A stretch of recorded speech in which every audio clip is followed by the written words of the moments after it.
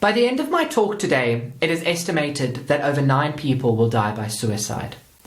I vividly remember walking out of my first exam of the second semester in 2018 to easily the most devastating and heartbreaking news I would ever have to endure. I lost my father to suicide, making him one of these 9. Instantaneously, I remember thinking, what will people think of me and my family? And made a conscious choice to tell my friends that I lost my dad in a car accident. However, today I am glad that I didn't. I am glad that I was and still am able to tell the stories about his struggles. But still to this day, there is only one thing worse than the loss: the stigma that followed. Somehow recalling memories of my hero became a morbid conversation to most. Over the past few years, there has definitely been a small shift in the right direction. Society allows for a bigger conversation about mental issues. However, we are nowhere near where we need to be. Mental illness, and suicide especially, is a gross taboo that hinders the progress for contentment. Studies show that women are statistically more likely to be diagnosed with depression and anxiety, yet men are 4 times more likely to kill themselves. I find myself questioning that statistic every day. Doesn't that bother you? Because it bothers me. The suicidal taboo has been so deeply ingrained into our gender stereotypes that the men we are losing more than ever are our brothers, our fathers, our uncles, our grandfathers, and our friends. Personally, I don't think there is anything wrong with having suicidal thoughts. The issue comes in with our reaction.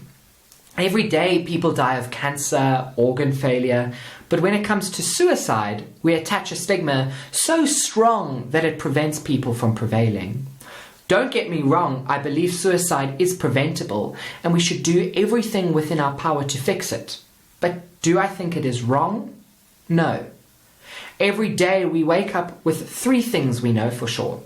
The sun will rise and fall again, and that we will eventually die. So is it so wrong to be in control of the inevitable? I invite you to contemplate what it would mean if we didn't view suicide as something that is inherently wrong, and what that would mean for the people around us today.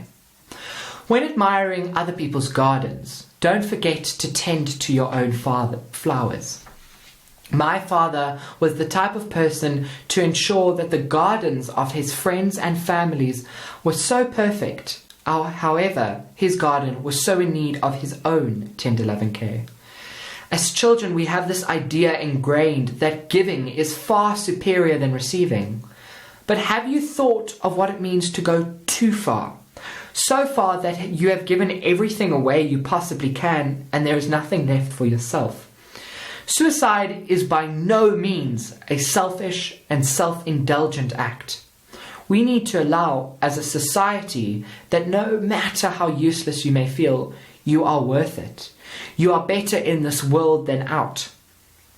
It was only in 1968 in South Africa that suicide was deemed not a crime. Although a slight shift has occurred, what has really changed? Still, to this day, we are saying things like, get over it, just calm down, why are you so unhappy, it must be a phase. Why do we do this? Why do we make jokes like, after that test, I think I'm going to kill myself, or shoot me now? When we know that these types of narratives are cries for help from the suffering. This continued narrative is what perpetuates the stigma that suicide is a conversation that is wrong and should be had behind closed doors. And because of this, suicide remains shrouded in this stigma. With this stigma, nothing is going to get better. The media industries are largely to blame for the gross interpretation due to the coverings of celebrity suicide, much like Robin Williams. It was made out to be his fault. Because we, especially the youth, watch these cases unfold, something inside of us stops talking and stops sharing, leading to the pot eventually overboiling. Even though my dad was open about his struggles, he was still so scared of what people thought of him, so scared of what the world would say. My father left the world thinking that he was doing me a favor, thinking that he was a burden. No one is a burden. The onus falls on myself and everyone watching today to make every single person feel like they are worth it, worth their spot in humanity. Over the past few years, many schools have adopted sex education programs that are far from perfect, but have shown improvement in teenage pregnancies and STDs. But why is there still no concrete discussion in high schools about mental illness that is the leading cause of death for men under 45? Rather, we as a society should be openly talking about suicide, openly sharing our own problems, because if we allow this myth about a suicidal taboo to continue, we are going to keep losing our wives, our husbands, friends, uncles, aunts, sisters, brothers, to the most tragic loss of life. And this can be changed by simply doing one thing: talking.